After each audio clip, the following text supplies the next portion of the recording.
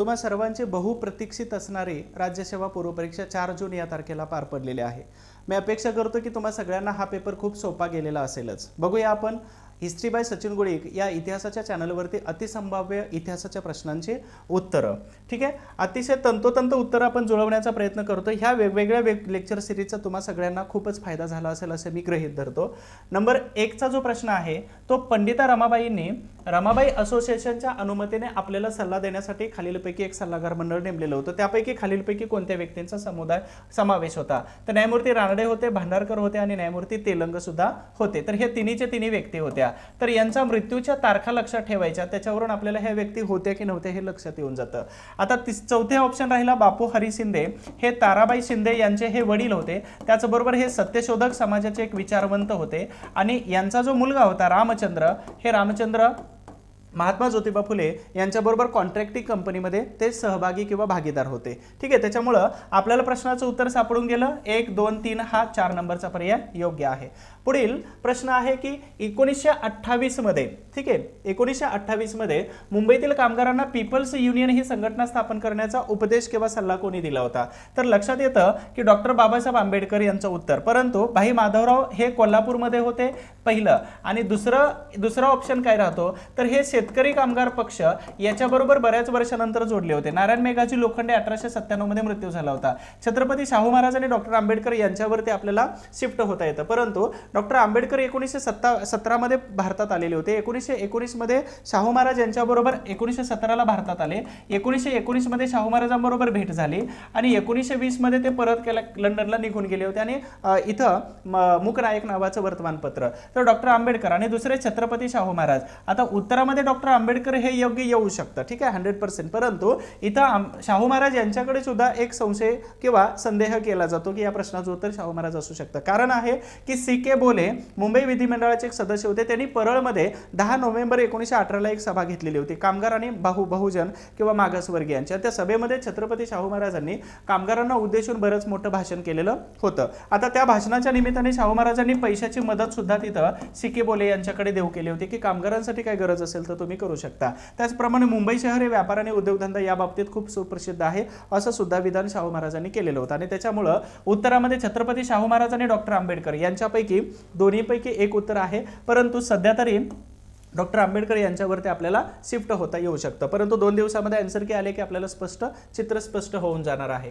त्यानंतर पुढचा प्रश्न आहे ब्राह्मणेतर वर्तमान पत्रिकेचे मुहूर्तमेढ रोवण चिपळूणकरांचं निबंधमाला हे वर्तमानपत्र होतं। ठीक आहे, निबंधमाला। आणि चिपळूणकरांच्या महात्मा ज्योतिबा फुलेवरील हल्ल्याला इथं बचाव ह्या आपल्या पत्राद्वारे कोणी केलेला होता? तर कृष्णराव भालेकर यांनी 1 जानेवारी 1877 मध्ये ऐन दुष्काळामध्ये लिटनच्या कालावधीमध्ये दुष्काळामध्ये त्यांनी काय केलं? दीनबंधू नावाचं वर्तमानपत्र सुरू केलं आणि त्यांनी निबंधमालाला काय केलं होतं? प्रति हल्ला करायला सुरुवात केलं होतं। ते शाब्दिक चकमकी होत होत्या। हे वर्तमानपत्र 1880 पासून 97 पर्यंत हे मुंबईमधून नारायण मेघाजी लोखंडे यांनी सुरू केलेलं होतं। ठीक आहे, पुढे नंबर 4 प्रश्न आहे मालविकाग्नी मित्र या प्राचीन नाटकामध्ये खालीलपैकी कोणत्या 2 राजघराण्यांच्या वैवाहिक संबंधावरती प्रकाश टाकला जातो? तर यावरती तुम्हाला मी ऑलरेडी एक लेक्चर घेतलेलं होतं आणि त्या लेक्चरच्या मध्ये पहिल्यांदाच मी सांगितलं होतं की नेमकं प्रश्न कुठे येऊ शकतो बघा। आणि मालविकाग्नी मित्रम याच्यामध्ये केलेलं आहे, तर लक्षात ठेवा याचं जे वर्णन केलेलं आहे मालविकाग्नी मित्रम या ग्रंथामध्ये यांनी वर्णन केलेलं आहे।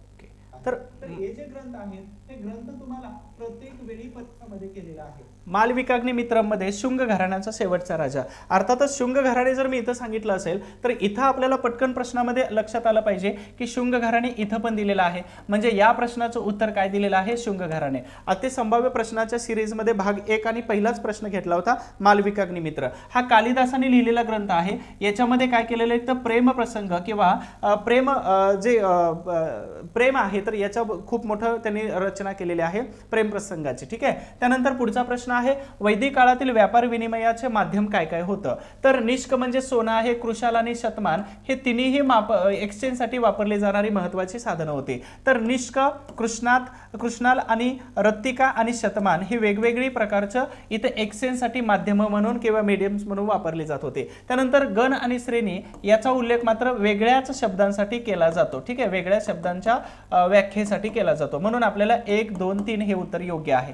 तर 1, 2, 3 हा 1 नंबरचा पर्याय योग्य येऊन जातो। त्यानंतर सेतू माधवराव पगडी यांच्या मते की नाथपंथातील कोणत्या संताने शाह रमजान, लक्षात ठेवा शाह रमजान हे नाव धारण करून सुफी संत निजामुद्दीन यांच्याकडून इस्लाम धर्माची दीक्षा घेतली आणि ही घटना महाराष्ट्राच्या सांस्कृतिक इतिहासातील एक कूड आहे किंवा एक कोड आहे असं म्हटलं। कोणी म्हटलं होतं? सेतू माधवराव पगडी। तर नाथपंथ म्हणजेच काय, तर 9 नाथ इथं तुम्हाला लक्षात आले असतील आणि 9 नाथांपैकी सध्या औरंगाबाद या शहरामध्ये एक तालुका आहे, त्याचं नाव आहे सिल्लोड आणि या सिल्लोड तालुक्यामध्ये यांच्या नावाने अजून सुद्धा वेगवेगळे इलेक्शन्स घेतले जातात किंवा पॅनल उभे केले जातात। तर त्याचं उत्तर आहे कानिपनाथ, ठीक आहे। कानिपनाथ यांना उर्फ शाह रमजान असं सुद्धा म्हटलं जातं आणि म्हणून सिल्लोडमध्ये यांच्या नावाने आजही उरूस किंवा वेगवेगळे कार्यक्रम घेतले जातात। पुढे आहे घटनांचा योग्य क्रमाने मांडणी करा। घटना 1933 मध्ये श्वेतपत्रिका, 1932 मध्ये पुणे करार, 1928 मध्ये नंबर फर्स्टला आलं आणि 1930 मध्ये धारासना सत्याग्रह। दांडी यात्रेवरती 3 प्रश्न या परीक्षेत विचारलेले आहेत। तर 1928 3, 4, 2 आणि 1, 3, 4, 2 आणि 1 हा 3 नंबरचा पर्याय इथं योग्य आहे। तर 1928 ला हे घडलेलं होतं। ह्या सगळ्या घटनांचे वर्ष वगैरे तुम्हाला दिलेले आहेत। त्यानंतर पुढील प्रश्न आहे 8 नंबरचा। पुढील वाक्य यांच्याविषयी आहे, कोणाविषयी?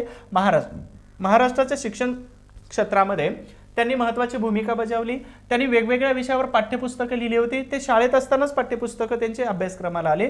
त्यांनी शास्त्रावर, गणित आणि शास्त्रावर शून्यलब्धे, इंग्लंडचा इतिहास आणि शून्यलब्धे हे ग्रंथ मराठीतून लिहिलेले होते। त्यानंतर केशवराव भावाळकरांनी त्यांचे चरित्र लिहिलं होतं, हे उल्लेखपूर्ण बाळशास्त्री जांभेकरांचा आहे। आता 2 दिवसापूर्वी टेलिग्राम इतिहास हिस्ट्री फॉर ऑल ह्या टेलिग्रामवरती जर तुम्ही असाल तर याच्यातले 4 प्रश्न हिस्ट्रीवर मी टाकलेले होते, as it is poll question इथं विचारलेले आहे, त्यामध्ये हा सुद्धा प्रश्न तिथे येतो। तर बाळशास्त्री जांभेकर 3 नंबरचा पर्याय योग्य आहे। पुढील राजकीय संघटनांचा कालानुक्रमे योग्य क्रम लावायचा आहे। तर पुणे सार्वजनिक सभा 1870 ची आहे, त्यानंतर बॉम्बे असोसिएशन 1885 आहे, मद्रास महाजन सभा 1884 आहे आणि इंडियन असोसिएशन ही संघटना 1876 ची आहे। मग तुम्हा सगळ्यांना अनुक्रम समजला असेल की इथं 1870 ला एकच संघटना आहे, म्हणजे अ हा पहिल्यांदा पर्याय असायला पाहिजे। इथं अ हा पर्याय 2 नंबर मध्ये दिसतो। इलिमिनेशन पण खूप साधं सोप्या पद्धतीने वर्ष लक्षात आलं की उत्तर आपल्याला सापडून जातं। तर अ, ड, क आणि ब, अ, ड, क आणि ब हा त्याचा योग्य पर्याय आहे। त्यानंतर खालीलपैकी कोणता निर्णय साबरमती कराराने घेण्यात आला होता? तर स्वराज्य पार्टी म्हणू आपण किंवा फेरवादी आणि नाफेरवादी अशा प्रकारचे जेव्हा 2 गट पडले होते, महात्मा गांधीजी यांनी सविनय असहकार चळवळ मागे घेतल्यानंतर जे 2 गट पडले होते, तर त्याच्यानंतर अशा प्रकारचे वेगवेगळे करार आणि वेगवेगळे बैठका होत होत्या, त्याच्यामध्ये साबरमती करार हा एक प्रकारचा आहे। तर त्यामध्ये हा प्रतियोगिता सहकारिता हा पक्ष 1925 नंतर येतो। विद्यार्थ्यांना राजकारणात हा संबंधच येत नाही। कनिष्ठ जाती, साबरमती आश्रमामध्ये महात्मा गांधीजींनी घेतलेला हा स्टँड होता, परंतु साबरमती कराराचा हा प्रकार नव्हता, त्याच्यामुळे योग्य उत्तराकडे आपण जातो इलिमिनेशन करून। मोतीलाल नेहरू आणि जयकर, बॅरिस्टर MR जयकर होते, ठीक आहे, मुकुंदराव जयकर यांच्या समितीने मध्यवर्ती विधिमंडळाचे सदस्य निश्चित करावे अशासाठी हा साबरमती करार इथं झालेला दिसून येतो, म्हणून हा 4 नंबरचा पर्याय सध्या तरी योग्य आहे। मग MPSCच्या आन्सर की मध्ये यापैकी कोणता पर्याय योग्य येतो हे आपल्याला वेट करावे लागेल। सध्या तरी 4 नंबरचा पर्याय ठीक आहे। बघा याच्यामध्ये 2 प्रश्नांचे उत्तर संदिग्ध आहेत, ते कोणते आहेत हे तुम्हाला सांगतो। एक हा झाला, याच्यानंतर पुढे एक येतोय 11 नंबर। 1934 मध्ये कर्षक संघ शेतकरी संघटना म्हणून खालीलपैकी कोणत्या प्रांतामध्ये? तर मालाबार क्षेत्रामध्ये काँग्रेस सोशलिस्ट पार्टीच्या वतीने 1930च्या दशकामध्ये म्हणजे 1930 ते 40च्या दरम्यान त्यांनी काय केलं होतं, अशा प्रकारचं म्हणजे शेतकरी संघटना खूप मोठ्या प्रमाणामध्ये काम करत होत्या आणि म्हणूनच वीरा शिंदे सुद्धा 1930 नंतर शेतकरी संघटनेमध्ये जोडलेले होते आणि बरेच लोक शेतकरी संघटनेबरोबर जोडली होती, कारण 36 मध्ये अखिल भारतीय शेतकरी संघटना वगैरे आल्या होत्या। तर केरळ हा पर्याय त्याचा योग्य आहे.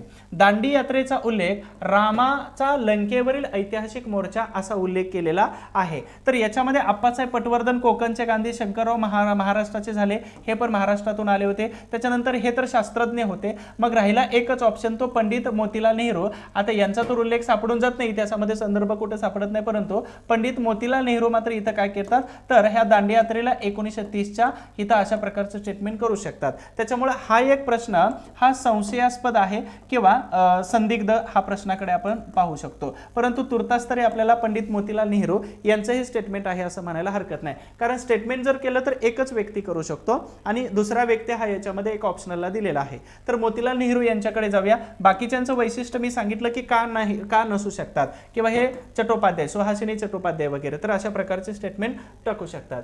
पुढील प्रश्न आहे, कोणा संदर्भात विधान केलेलं आहे. धर्माची राजकारणापासून फारकत घेतलेली होती म्हणून त्यांनी दिन ए इलाही हा पंथ सुरू केलेला होता. सती जाणाऱ्या शूर स्त्रियांबाबत अलिप्ततेचं धोरण त्यांनी स्वीकारलं. बालविवाह थांबवणे आणि विधवाला प्रोत्साहन उत्तेजन देणे, विधवा विवाहाला. सामाजिक कायद्याबद्दल अंतिम निर्णय हा आपलाच असायला पाहिजे. तर सामाजिक कायद्याबद्दल म्हटलेलं आहे. धार्मिक जर म्हटलं असतं तर औरंगजेब आला असता, परंतु सामाजिक म्हटले तर औरंगजेब. हुमायूंची संपूर्ण कारकीर्द जी आहे तर ही 35 पासून 55-56 पर्यंत धावपळीतच गेली आणि मृत्यू सुद्धा धावपळीमुळे झाला होता, ते येणार नाहीत. बाबरने भारतामध्ये मुघल किंवा मोगल साम्राज्य स्टेबल करण्यासाठी सुरुवातीचे काही वर्ष घालवले, लगेच त्यांचा मृत्यू झालेला होता 30 मध्येच. म्हणून हे तिन्ही ऑप्शन कट होऊन गेले. एकच ऑप्शन राहिला अकबर. आणि अकबर हे असे व्यक्ती होते की ज्यांना आपण सामाजिक दृष्टिकोनातून पाहू शकतो आणि म्हणून त्यांचा जन्म जरी हुमायूं धावपळत करत असताना राजपूत यांच्या राज्यामध्ये जर झाला असला आणि म्हणूनच त्यांनी काय केलं होतं, हिंदू मुस्लिम